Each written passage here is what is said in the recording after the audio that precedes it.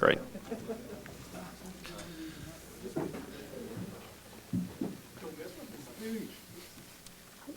Good morning. Thank you for coming, and welcome to our Tax Day Conference. I'm Mitch Schultz. I met many of you during my race last year for state treasurer. I was a Libertarian Party candidate, in case you've forgotten.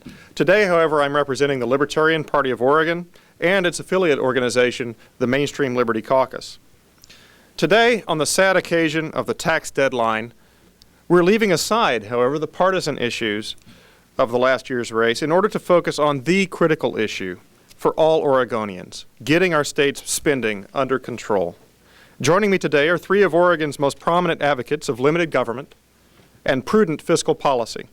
Senator Gary George, Republican from Newburgh, Bill Sizemore, in the back, president and founder of the Oregon Taxpayers United organization, and Don McIntyre, just in time, Don, president of the Taxpayers Association of Oregon. Welcome. Also attending are some notables in this area. From here in Salem, Russ Walker, who heads the Citizens for a Sound Economy. Russ, are you in the room? He just stepped out.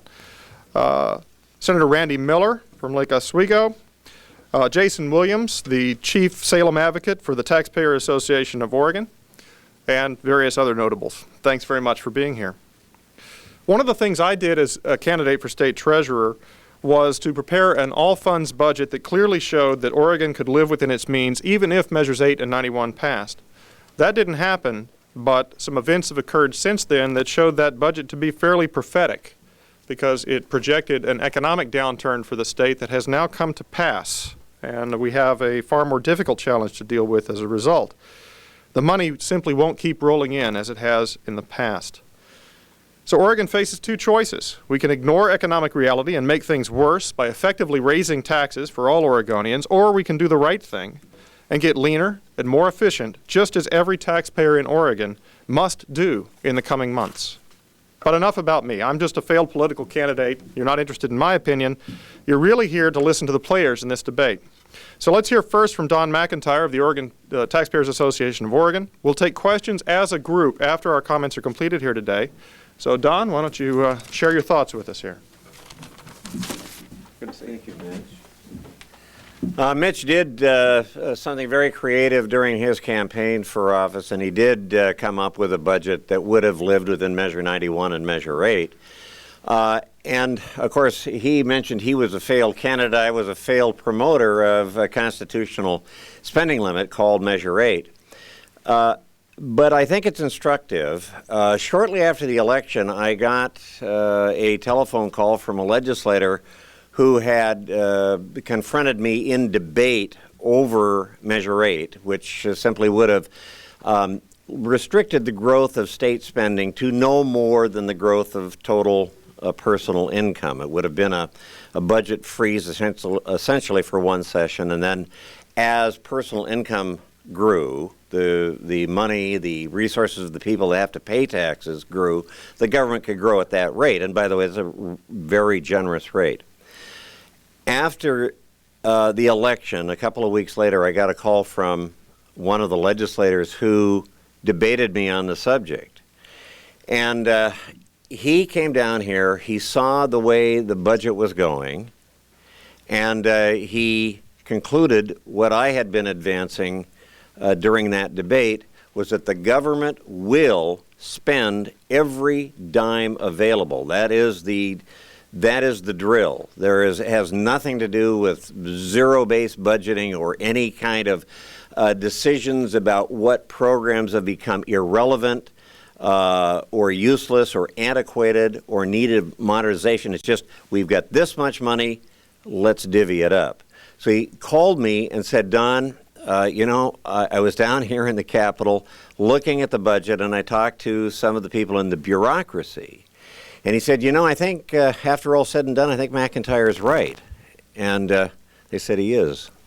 He said the only way that you're going to discipline expenditures is simply to have some sort of a reasonable limitation. So I'm here today to say that a version, actually probably an improved version of Measure 8, is in the hopper. It's in two forms, House Joint Resolution 50 and 51. They're both the same thing, but they have slightly different approaches, and we would like to have them both there so we can develop numbers on them so the legislators can have a look at what's realistic and what works the best.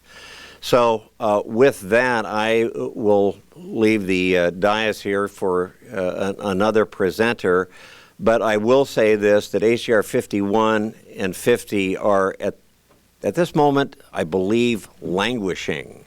We will see, though, if they surface, and if we do, I think that presents some hope to the citizens of this state who otherwise have a decision-making body that cannot really come to grips with controlling spending. And I could cite, well, if nothing else, all the cars that are parked outside this building have a hell of a time finding a parking place. That tells me that government's just a little bit too big. But beyond that, I will just cite PERS. PERS, as we know, by anyone who has looked at the numbers, said that's a train wreck. It's going to be a fiscal tragedy for this state. The legislature is aware of the approaching calamity and is powerless, for whatever reason, we think it has to do with the spending lobby, to do anything responsible about it. Maybe as a result of conferences like this, somebody will get the bright idea that the citizens do need some protection. Thank you.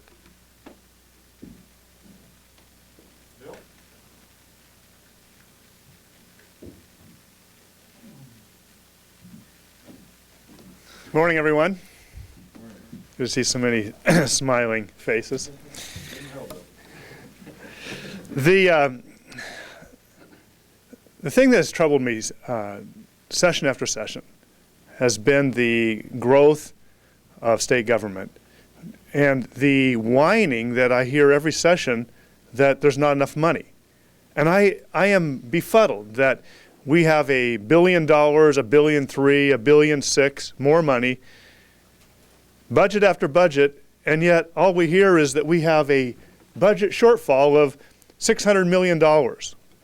And it blows my mind that no matter how much money we give this state, it's never enough. And now, with more than $1 billion more money than they had last time, the legislature finds it almost impossible to give us back our income tax refunds, the surplus from the last budget, the kicker check. So much so that Republicans who just placed a measure on the ballot in the last election to guarantee that the kicker was in the Constitution and the temptation to steal it was removed. But in reality, here we are again with a plot to steal the kicker. You know, if a bank robber walks in the front door with a gun and a mask and steals your money, we all say, well, that was robbery. But you know what? What the governor and some legislators are proposing with this scheme is like white-collar crime. Instead of stealing our kicker face-to-face with a gun, they are doing the the backdoor embezzlement method, where we use this money left over for the kicker to pay a debt that's scheduled to be paid in the next biennium, in the next budget. And therefore, we don't have the kicker, or the kicker is half gone. And it is no different than embezzlement versus armed robbery. Oh, it may be legal, but it's still stealing. It's stealing other people's money. And I'm going to do my best to make sure that it doesn't happen. And the message that I think that needs to be heard on the Republican side of the aisle, if you will, is that there will be consequences for Republicans if they actually go along with this. You see, we're not surprised when John Kitzhaber wants to steal the kicker. He has tried that every session there's ever been one. And those of you who have been around this building know that's true. I'm not surprised that the Democrats want to steal the kicker. They always want to steal the kicker. But what is surprising is that Republicans are going along, and what I want to do is remind folks at home that Republicans are the ones in charge in this building. And that Democrats and John Kitzhaber cannot steal the kicker unless the Republicans let them do it. Now, some have been made to believe on the Republican side that there will be dire consequences if the budget reaches an impasse. That what happened with Republicans in Congress as a result of the shutdown of the federal government, when Clinton didn't get the blame, but Republicans got the blame, that will happen here in Oregon if Republicans don't just let John Kitzhaber and the Democrats steal the kicker, that the Republicans can get all the blame, and that would be bad for them, and they may not be back here in the majority. But the message I have for the Republican Party in this building is that the consequences of them going along with any plan to steal half or all of the kicker will be dire. We will not forget. I have talked to probably a few hundred people so far, including some large and loyal supporters, large donors and loyal supporters of this party, that have said that if the kicker gets stolen while Republicans are in charge, they're done with them. And folks, I don't think that's going to happen. The discussions are occurring, and so what? Let the discussions occur. But I believe that when the dust settles, that the kicker will go back, and Republicans will remember what they came here for, and Kitzhaber and the Democrats will be thwarted. At least I pray that's what happens. Thank you. Bill? Senator Joe? Go ahead. Oh, yeah. Let Randy go first. Oh, Randy, you wanted to stand up here? Go ahead, Why don't sir. you go ahead? We'll get Senator George the last word since he's got the most props. Well, fortunately, I have no prepared remarks, but I am glad to welcome taxpayers to this building.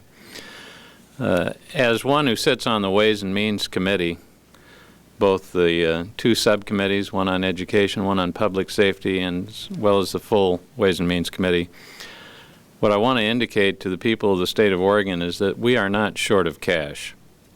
There is no real shortfall.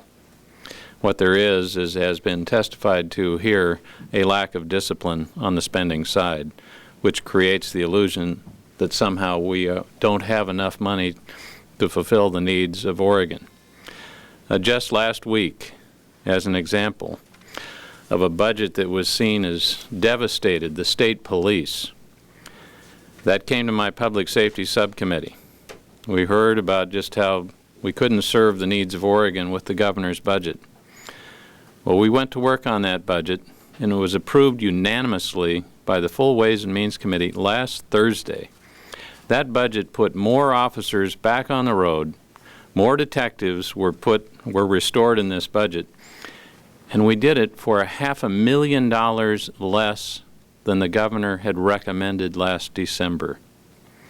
It's just one small example of what some hard work, some real examination of current service level budgets can do. We can be a lot smarter with the money that Oregonians have generously provided. And I would say that the comments with respect to the kicker are absolutely right on, and it shouldn't be just consequences for Republicans. It should be consequences for anybody who ignores the will of the Oregon voters. Time and again, Measure 88 hasn't been mentioned. And that was supposed to be devastating to the state because we advantaged the taxpayer a little bit in terms of fairness and being able to deduct something from the income tax owed to this state based on their federal tax paid. And that was a pretty wimpy measure, as a matter of fact. It came out of my revenue committee. It was a real fallback to just $5,000. It's almost disgraceful. But the voters, when they had the chance to give themselves some break, did. And they usually do.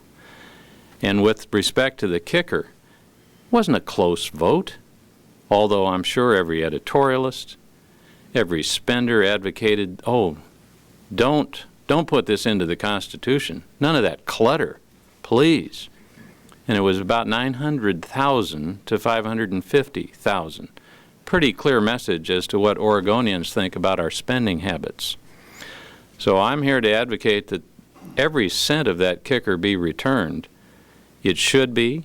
It is not necessary to spend it in this budget process. And if we do, it sets up one of the worst problems that this state will ever face, and that will be the budgeting process of the next biennium. We can't continue on in this profligate manner that we've had for the last decade, I would say, with respect to budgeting. We need to have some discipline. Again, my welcome is to those taxpayers and hopefully those citizens of Oregon who on this special day, when we all have to pay what's due, and at the state and federal level we realize that is more than we should be paying, that I hope they will reflect upon the fact that, as Bill Sizemore suggested, larceny is about to be committed in Salem, and we need to do everything we can to stop it. Thank you.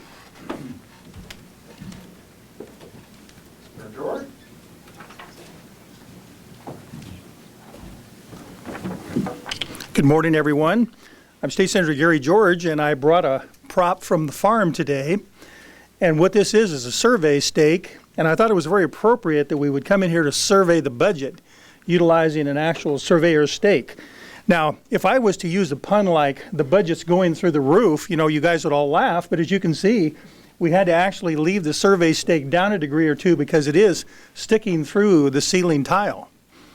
And what's amazing about this, trying to get these numbers into perspective, is to look at a $34+ billion all funds budget and over $12 billion of just general fund and lottery. But when you go down and you actually try to get a perspective of how big is the kicker and how big are the federal retiree payments as compared to all this expenditure, you look down here at 1 inch to get the second largest kicker in Oregon history in proportion to the rest of these dollars.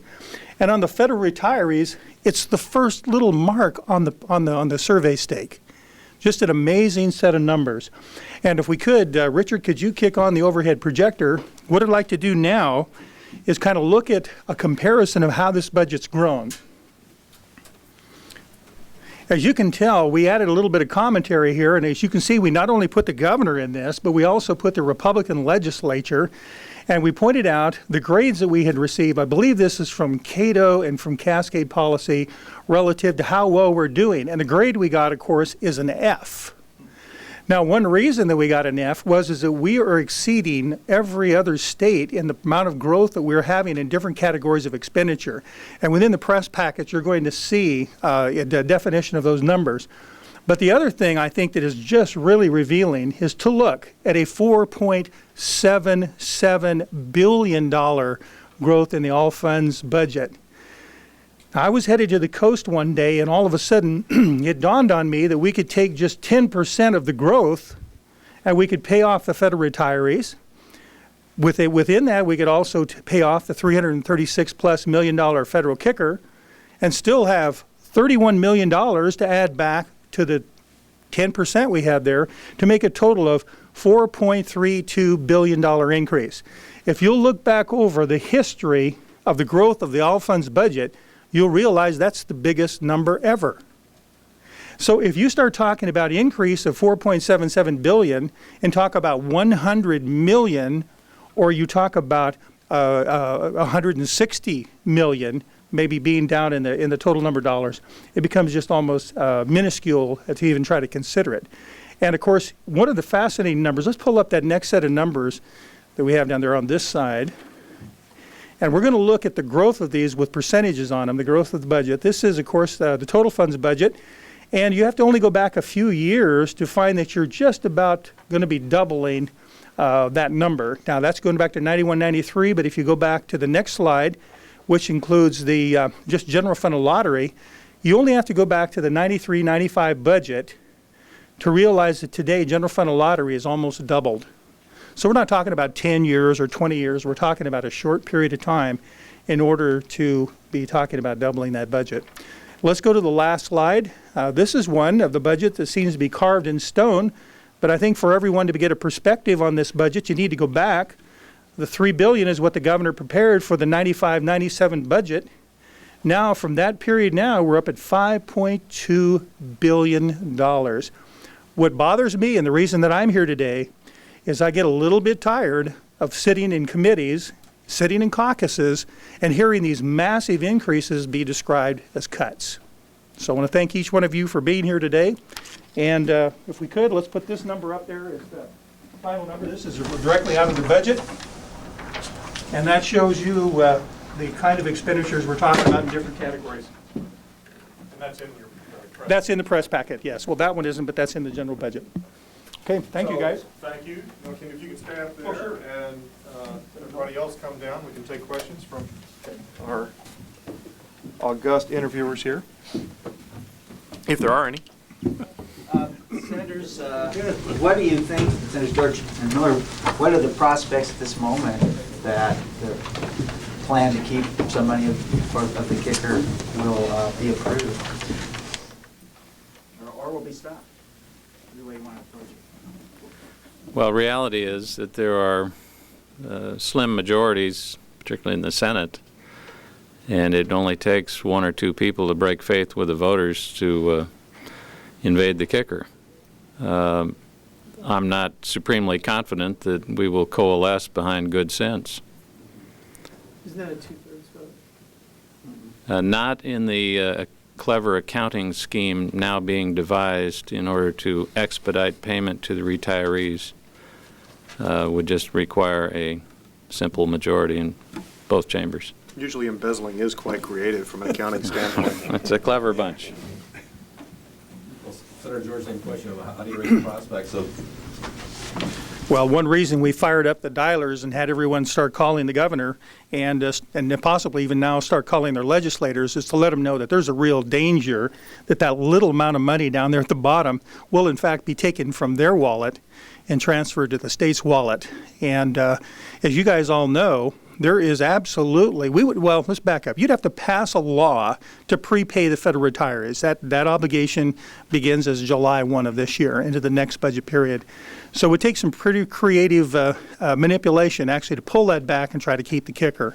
So the point of it is, one reason we did this was to demonstrate that we're coming back trying to take the more additional funds right out of the pocket of the people.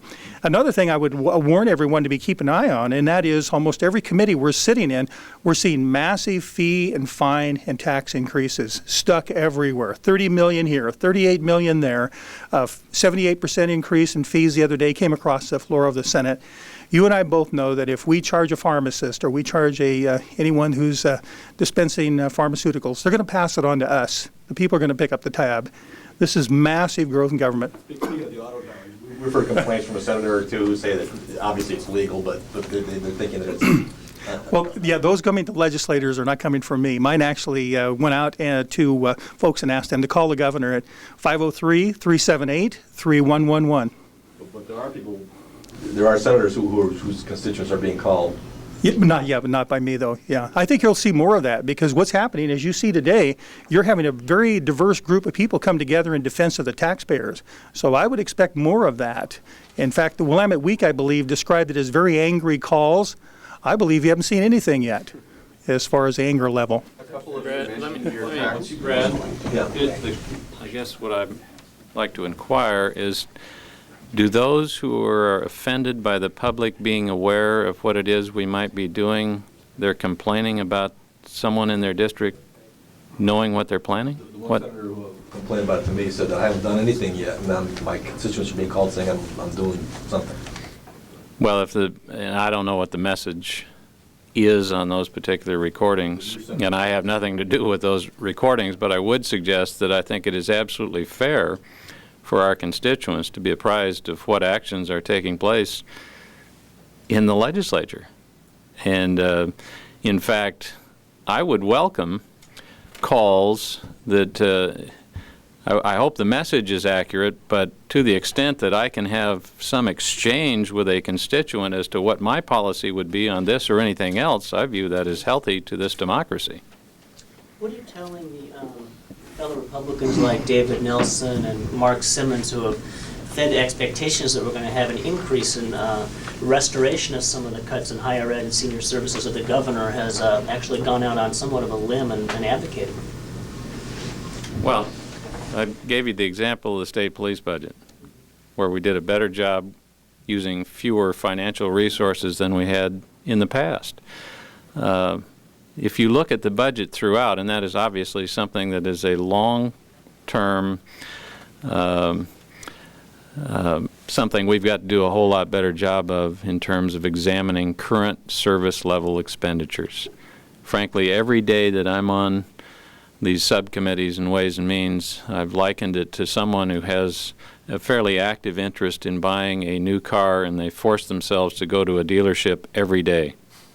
So you hear the pitch, you know it can be affordable, we can work the financing, whatever it is, and you tend to fall for it. But what I'm suggesting to you is that if we actually picked off maybe about a half dozen budgets, major budgets, each time we met, and go through current service level and zero base those things, that we would do a whole lot better job with the money we have. To the extent that we can afford the real priorities of Oregon, that's not a problem. But what we do is we set ourselves up for this monumental failure, in my view, by our strategy of saving the largest budgets to the end. And what we've done is, in the interim, we will pass all kinds of budgets that don't have the broad constituencies at a higher level than they should be, and then we'll be faced. And I was here, this is one of the problems with those of us who haven't been limited out yet, is that I was here back in '89 and '87 when those in charge, and it used to be the Democrats would do this, now apparently we're doing it, is they would save the education budget for the last item and say, oh, we can only help kids in education if we break faith and steal the kicker. It seems like we're on that same course. Your colleague in the Senate mentioned the $5.2 billion, which is quite a big jump from where it has been. That's where the money is. I mean, is that where you would advocate then maybe? That's where some of the money is, but I would suggest that as a biggest single budget, I believe, in the general fund is K-12. So, I mean, you know, Willie Sutton said he robbed Spinks. That's where the money is. If you guys are looking to reduce the spending roll-up, do you really have any choice but to go to K-12 and reduce? Yes, we do. Yes, we do. I would suggest to you, and then I've suggested it to others, that it's my view that unless the May forecast is just straight downhill, we will budget K through 12 5.2. Do you all agree with that here? And I would suggest to you that if we did that tomorrow, you take basically the mortgage off the table, it's paid for. Then you get into those other items that have less of a constituency. They are viewed as necessary, and we would be able to demonstrate the discipline that would not require invading the kicker. That's my own strategy. Senator George may have a different view on that. That's fine. But I'm just telling you, I think we set ourselves up for failure. So anybody here differ with that? And these others need to testify or need to, yeah. So you would say that a $400 million increase in the school's budget is not a big increase? I mean, It is a big increase. But in my view, and I come from a district that clearly values education, that it's an appropriate increase. That's just, again, this is my personal view based on what constituents in my area tell me. But they don't tell me to grow the other budgets or to raise the fees that Senator George has alluded to, and that's where we fall down. I wonder, though, if you blame Speaker Simmons for, if people in his district think that senior and disabled services is something that's... No, that's what we do here. You know, we order priorities.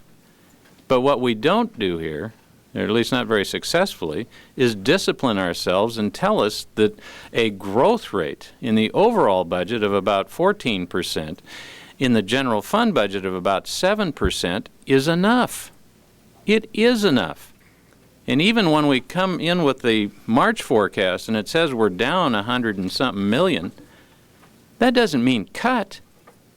It means all we would have to do is reduce the rate of increase in the general fund budget by 1%. You know, families must laugh at us.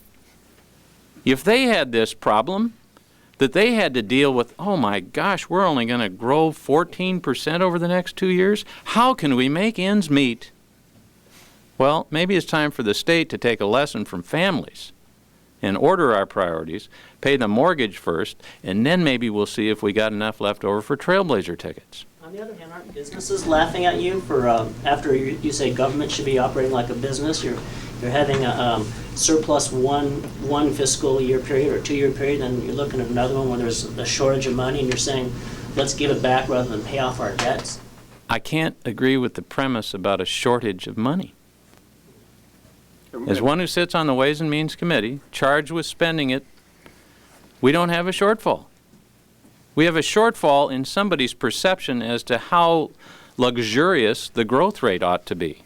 That's the issue here. We are going to grow this government. We are going to grow budgets. I just came from the Oregon Youth Authority budget, another one where the governor didn't treat it as kindly as some. But the growth is actually 5%. And they come in there and it's just, it's a nightmare. Everybody's been silent here on whether y'all endorse the 5.2 for K-12 or think that's where to find some savings. I'd like to just address that rhetorically. Actually, I'd rather have your actual feeling. In this sense, no. I mean, you're an intelligent person. You ask yourself whether or not you think that we do have cost efficiency in the largest part of the budget, which is a collectivized, unionized monopoly. And I know that we have got to do something within the context of government to introduce some form of market forces into the education of our young. It works miraculously well in the rest of the economic system, and the only reason we can't move in that direction is because of the tremendous political clout of the government class itself. Senator George, so you're actually an elected member of the legislature. What do you think of the K-12?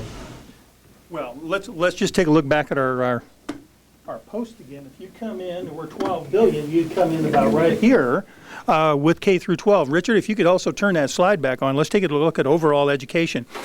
Now, last session we added 456 million to K through 12. We went out on the campaign trail and had a call to cut. Now we're adding 400 million more to that, and it's considered an enormous amount of money. I mean, the point of it is that we are trying to bring the education system up to meet the demands that we have placed on it, through the SIM and the CAM and all of the, local restrictions and demands that we put on education. But I think, if you look at that number of health and human services, that's an amazing number. We're talking about over 8 billion. Go back and pick up the last two budgets and look how fast that budget has grown. And when you look at all of these budgets, there's no level in there that is not, it's just exploding in growth. And I'm just talking about the K-12 now. Yeah, but I think you need to get it in perspective. That's the reason this is here, to make sure we have the numbers in perspective. No, you don't think that the 5.2 billion should be less, or the school's budget should be less than 5.2 billion? I think Senator Miller hit the nail on the head. And to go in and just lock that down and say that's where we're going. And then we go backwards into all the other budgets looking to make up what would be a minor shortfall, because we're talking about a reduction in expansion of government, not an actual reduction. You guys saw the numbers, 17%, 13% increases. And if you take those billions and you take down to, say, 160 million, it is literally pennies, on the dollar. So I think it's very important to get those numbers in perspective. Senator Miller, you mentioned that your subcommittee did its job by going through and looking at a fairly significant budget and finding efficiencies. Is there any reason that your committee can't do the same thing and come up with the money to meet everybody's service needs without cutting programs and deliver the kicker and everybody's happy? Well, what I'm suggesting to you is we could do a better job. In fact, there are some budgets, I will tell you, that came out of the Public Safety Subcommittee thus far that are too generous. And I voted yes, and I would be pleased that if we appropriated for some of the higher priority budgets now, and we were required to go back in and restructure some of the budgets that we've already passed in order to keep faith with the voters with respect to the kicker, I'd be glad to do it. Do any of you gentlemen have any response to the fact that Oregon seems to be out of phase with the rest of the country? President Bush and the Republicans nationally have introduced the largest tax cut proposed in 30 years. The Democrats are all running to jump on the bandwagon. They are proposing their own tax cut proposals. Yet here in Oregon, we seem to be floating leftward out to the Pacific Ocean. Any comment on that? Well, I think you're right. I think the observation that the climate has changed in Washington, D.C. is certainly the opposite of what we seem to be experiencing, and it is amazing because they are the real spenders and have a history of doing that at the federal level, and maybe we'll get the message out here that that's the right thing to do. I hope we will. And I mean, well, they have Bush at the helm, and we have Kitzar. Well, it's a little different approach. Somewhat of a difference there. I wonder if I could ask Question of Mitch and Bill and Don. Mitch, you mentioned you're a failed candidate for treasurer. This time around. And Bill had 6 measures that all failed, and Don had a measure that also failed. And I bring it up not to sort of pour salt on old wounds, but Yes, you are. no. The question really We is- still won the moral question victory, is, but go ahead. I mean, why should the legislature pay attention to you at all?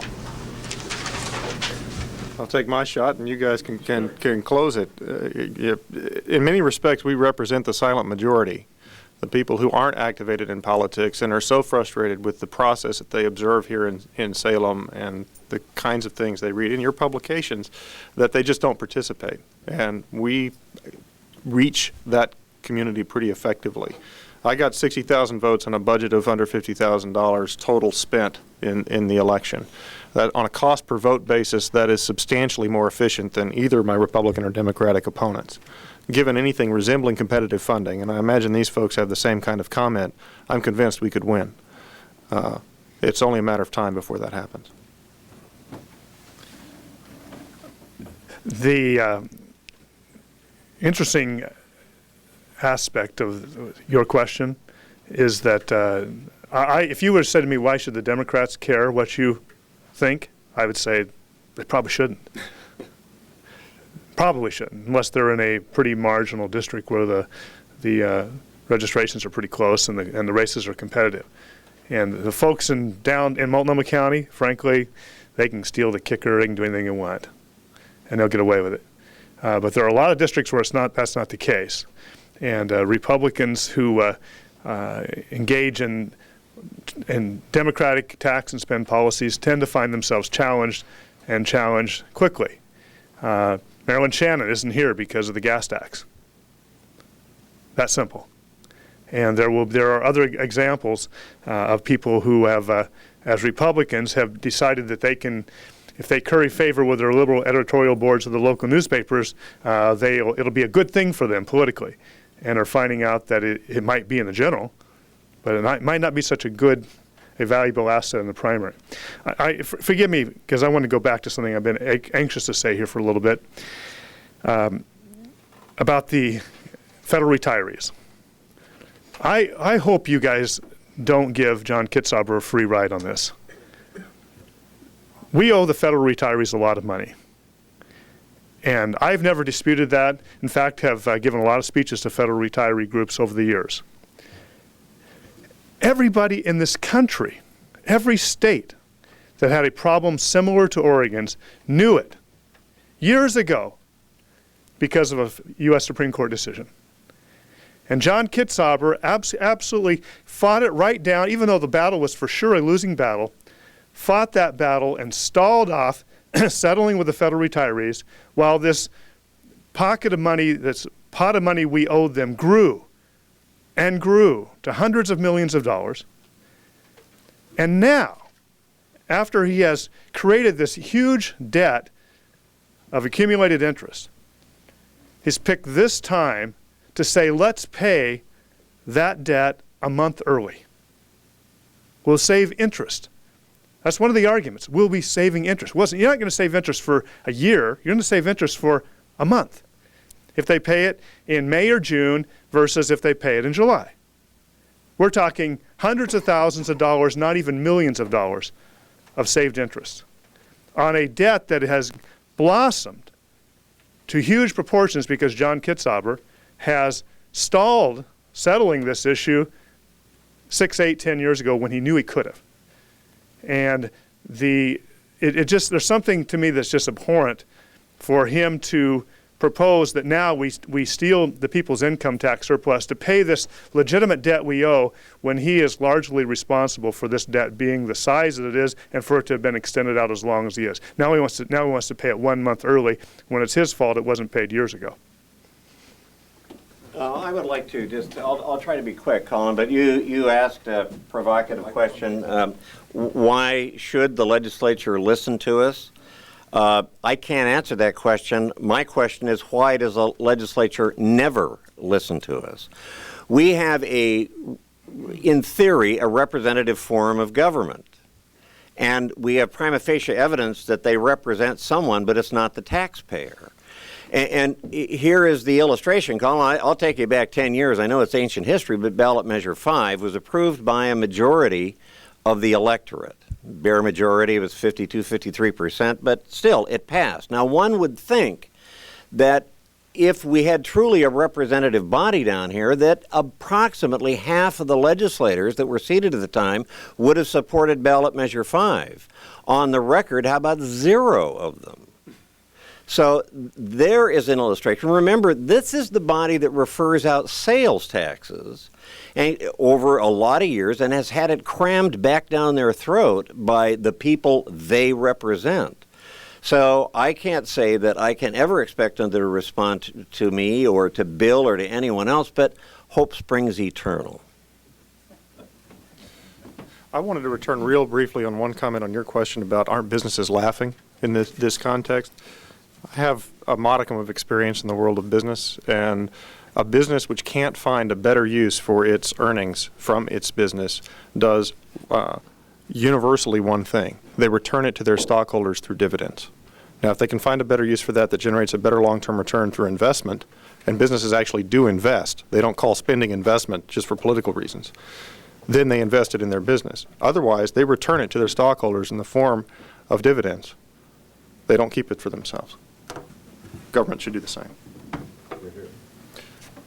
I think that's it if there aren't any further questions. Good session. Thank you very much for coming.